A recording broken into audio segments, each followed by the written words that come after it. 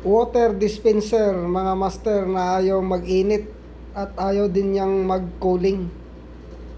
So ito yung issue nitong water dispenser namin mga master.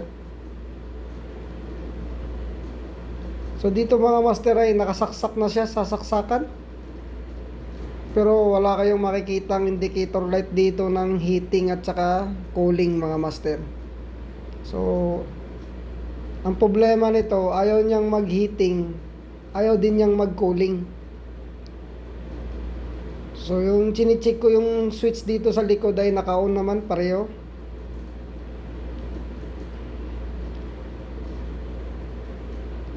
Yung dito mga master ay una kong chine-check dito mga master itong outlet na to. So may supply naman siya na 227 volts.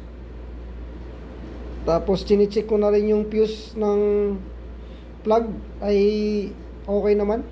So nag-check na rin ako dito sa may switch. So pati itong thermostat na to.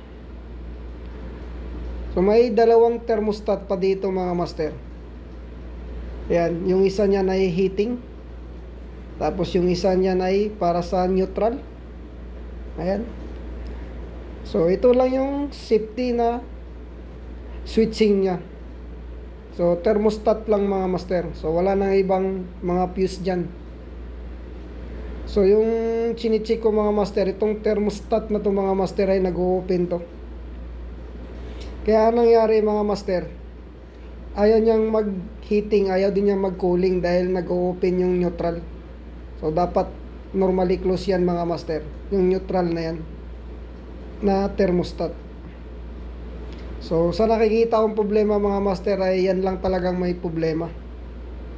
So ngayon mga master ay okay na. So simula nung pinalitan ko yung thermostat na yon ay nagiging okay na siya mga master. Yan, kung makita nyo, nag-heating na siya at nagko-cooling na rin siya.